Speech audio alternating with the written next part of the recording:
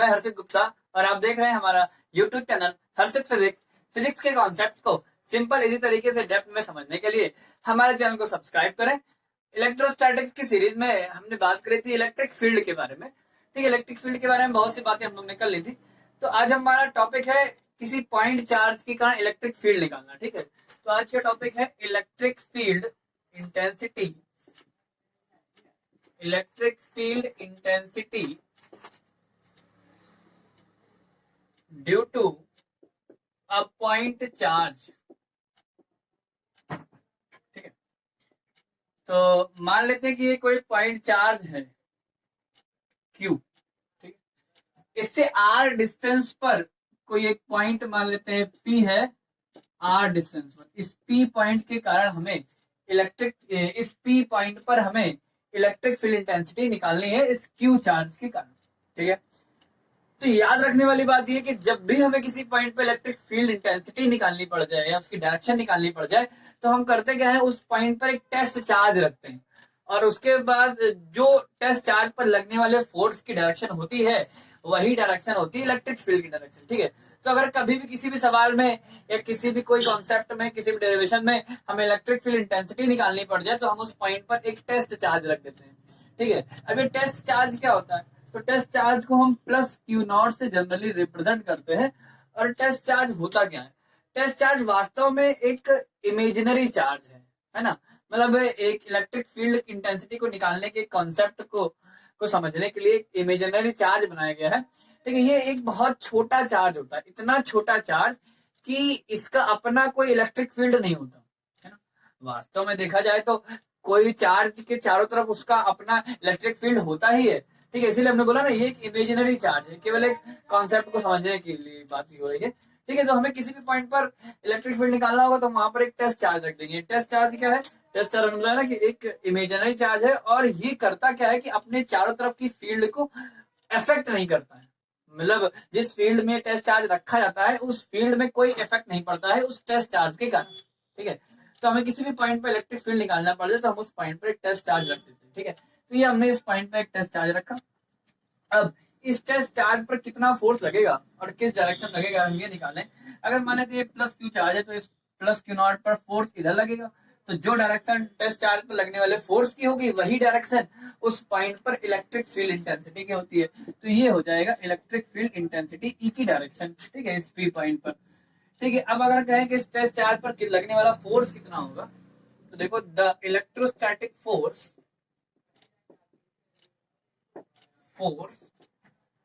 Applicable जो काम कर रहा है on the test charge q naught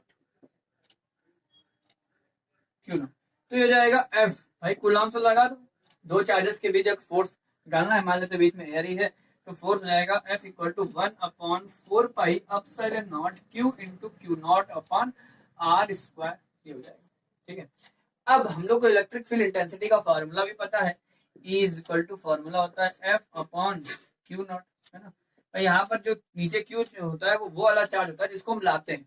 तो हमने क्या किया, किस चार्ज को हम पी पॉइंट पर लाए हैं, क्यू नॉट चार्ज को। इस क्यू चार्ज का तो अपना इलेक्ट्रिक फील्ड था चारों तरफ और इसके इलेक्ट्रिक फील्ड में इस पॉइंट पर इलेक्ट्रिक फील्ड निकालने के लिए हमने एक चार्ज क्यू नॉट यहाँ रख दिया। तो क्यू नॉट पर लगने वाला जो फोर्स होगा वो F होगा और ये चार्ज वो क्यू नॉट है। ठीक है, तो यहाँ से अगर हम इसकी वैल्यू को यहाँ रख दें तो सिंपली E की वैल्यू आ जाएगी, इक्वल टू आ जाएगा यहाँ पर अगर रख दें 1/4 pi epsilon naught q into q naught upon r square और अपॉन में क्यू नॉट से क्यू नॉट कैंसिल हो जाएगा तो E इक्वल टू जो आ गया 1/4 pi epsilon naught q upon r square आ गया। ठीक है, तो ये आ गया electric field intensity due to a point charge. अगर कोई पॉइंट चार्ज क्यू है उस क्यू चार्ज से आर डिस्टेंस पर अगर कोई पॉइंट है तो उस पी पॉइंट पर उस पॉइंट पर जो इलेक्ट्रिक फील्ड इंटेंसिटी की जो वैल्यू होती है, जो मैग्नीट्यूड होता है वो इतना होता है, equal to 1/4 pi epsilon naught q upon r. ठीक है, ये तो इसकी वैल्यू है। अगर कोई डायरेक्शन पूछे तो डायरेक्शन बड़ी सिंपल सी बात है ना। ये डायरेक्शन क्या है, इस जो पॉइंट चार्ज है इस पॉइंट चार्ज से इस पॉइंट को मिलाने वाली जो लाइन है उस लाइन के अलोंग है और अवे फ्रॉम द चार्ज से दूर की तरफ, है ना। भाई अगर ये बात है कि हम ये कहें कि ये कोई पॉइंट चार्ज क्यू है और यहाँ पर अगर हमें किसी पॉइंट पी पर इलेक्ट्रिक फील्ड निकालना है तो ये इलेक्ट्रिक फील्ड क्या होगा, ऐसा ही तो होगा, है ना। ये अगर यहाँ पर क्यू नॉट रखेंगे तो फोर्स इधर लगेगा, तो इसका मतलब इस पॉइंट पर जो इलेक्ट्रिक फील्ड की डायरेक्शन है वो क्या हुई, वो along the line joining to the charge to the point, मतलब उस चार्ज को इस पी पॉइंट से मिलाने वाली जो लाइन है इसके अलोंग होगा इलेक्ट्रिक फील्ड इंटेंसिटी, और किस तरफ होगा, टू, और होगा अवे फ्रॉम द चार्ज, इस चार्ज से दूर की तरफ, है ना, इधर पास में नहीं दूर की तरफ होगा। ठीक है, तो ये इसकी डायरेक्शन हो गई और ये इसका मैग्नीट्यूड हो गया। ठीक है, तो ये होता है electric field intensity due to a point charge का। ये फॉर्मूला बड़े काम का है। ठीक है, ये फॉर्मूला केवल पॉइंट चार्ज के लिए लगता है। ठीक है, अगर मान लेते हैं कि कोई हमारे पास कोई सरफेस मान लो है, सरफेस में चार्ज डिस्ट्रीब्यूट है, फैला हुआ है, और उससे अगर कुछ डिस्टेंस पर अगर हमें इलेक्ट्रिक फील्ड निकालना पड़ जाए तो फिर हम वहां पर ये फॉर्मूला नहीं लगा पाएंगे। ठीक है, ये फॉर्मूला केवल केवल पॉइंट चार्ज के लिए ही काम करता है। ठीक है, अच्छा, अब इससे एक बात और समझ में आ रही है कि जो ई की वैल्यू है वो किस पर डिपेंड करती है, ई प्रोपोर्शनल होता है 1/r²।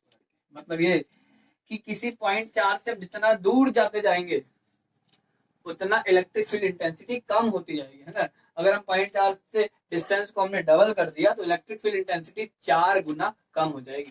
ठीक है, r² आ रहा है इसमें। ठीक है, तो ये चीज है, तो ऐसा होता भी है किसी पॉइंट चार्ज के कारण जो इलेक्ट्रिक फील्ड होता है वो हम लोग देख भी चुके हैं। इलेक्ट्रिक फील्ड लाइंस में हमने बात करी थी कि जैसे ये कोई एक पॉइंट चार्ज क्यू है और इससे ये इलेक्ट्रिक फील्ड लाइंस होती हैं, ऐसे चारों तरफ निकलती है ना। और साफ साफ ये दिख भी तो रहा है कि जैसे जैसे हम दूर जा रहे हैं वैसे वैसे इन लाइंस के बीच की जो डिस्टेंस है, डेंसिटी है, वो कम होती जा रही है, और डेंसिटी कम होती जाएगी तो इलेक्ट्रिक फील्ड इंटेंसिटी भी कम होती जाएगी। ठीक है, तो ये हमारा, तो अब अगर इसी बात को मैं ग्राफिकली रिप्रेजेंट करें, इस ग्राफ से भी हम इसको दिखा सकते हैं, ई प्रोपोर्शनल 1/r²। तो अगर हम ग्राफ बना ले एक इलेक्ट्रिक फील्ड इंटेंसिटी और आर के बीच अगर हम ग्राफ बनाए, ई और आर के बीच ग्राफ बनाए, तो ये ग्राफ जो है वो कुछ ऐसे बन जाता है। ठीक है, ऐसे भाई जब भी दो फिजिकल क्वांटिटीज इनवर्सली प्रोपोर्शनल होती है तो ग्राफ इस तरह से बनता है, ऐसे बनता है, और जब दो क्वांटिटीज प्रोपोर्शनल होती है तो ग्राफ ऐसे बनता है। ठीक है, ऐसे क्या होगा कि भाई जैसे मान लेते हैं कि यहाँ पर है, जैसे मान लो दो क्वांटिटी ए और बी है। ठीक है, इस पॉइंट पर ये ए की वैल्यू है और ये बी की वैल्यू, अगर यहाँ से यहाँ गए तो ए भी बढ़ गया और बी भी बढ़ गया, है ना। तो यहाँ पर प्रोपोर्शनल वाली बात हो जाती है, दोनों एक ही रेशियो बढ़ेंगी। लेकिन यहाँ पर क्या है, यहाँ पर एक के बढ़ने से दूसरा घटेगा। जैसे मान लो इस पॉइंट पर हमने कहा कि ई की वैल्यू तो इतनी है और आर की वैल्यू इतनी है, ये देखो, फिर यहाँ से यहाँ गए तो ई देखो, ई घट गया और आर क्या हुआ, बढ़ गया, है ना। तो ये बात है, लेकिन ई के घटने से आर बढ़ेगा। ठीक है, तो ये इस तरह से ग्राफ बनता है। अच्छा, यहाँ पर r² है। ठीक है, तो इस r² में क्या करो, थोड़ा सा ग्राफ, ये ग्राफ बनता है इस तरह से, ये ग्राफ बनता है, ये लाइन ऐसे पैरेलल हो जाती है, ये पैरेलल और यहाँ भी पैरेलल। पैरेलल का क्या मतलब है, पैरेलल का मतलब सीधा सा ये है कि अगर कोई कहे कि ई का वैल्यू 0 कहाँ होगी, तो जब ये दोनों लाइन इन्फिनिटी हो गई है ना, जब ये वाला ग्राफ इस आर वाली एक्सेस को टच कर जाएगा उस समय ई 0 हो जाएगा। और टच कहाँ करेगा, जहां पर ये वाली लाइन इससे जुड़ जाएगी। और हम लोग को पता है कि दो पैरेलल लाइन कहाँ मिलती है, दो पैरेलल लाइन कहीं नहीं मिलती है ना, जो चीज कहीं नहीं मिलती मान लेते हैं इन्फिनिटी पर होती है। तो इसका मतलब ये जाके इन्फिनिटी पर ये दोनों कहीं ना कहीं टच करेंगे और जब इन्फिनिटी पर ई 0 हो जाएगा। तो है ना, ये बात सही भी है कि अगर आर की वैल्यू में इन्फिनिटी रख दें तो ई की वैल्यू क्या जाएगी, 0 आ जाएगी। ठीक है, तो ये हमारे हो गई इलेक्ट्रिक फील्ड इंटेंसिटी एक पॉइंट चार्ज के कारण। ठीक है, और आगे हम बात करेंगे इलेक्ट्रिक फील्ड निकालने की। ठीक है, और भी कई सारे चीजें हैं, जैसे जैसे डायपोल हो गया, है ना, और भी कारण इलेक्ट्रिक फील्ड इंटेंसिटी निकालेंगे। Thank you.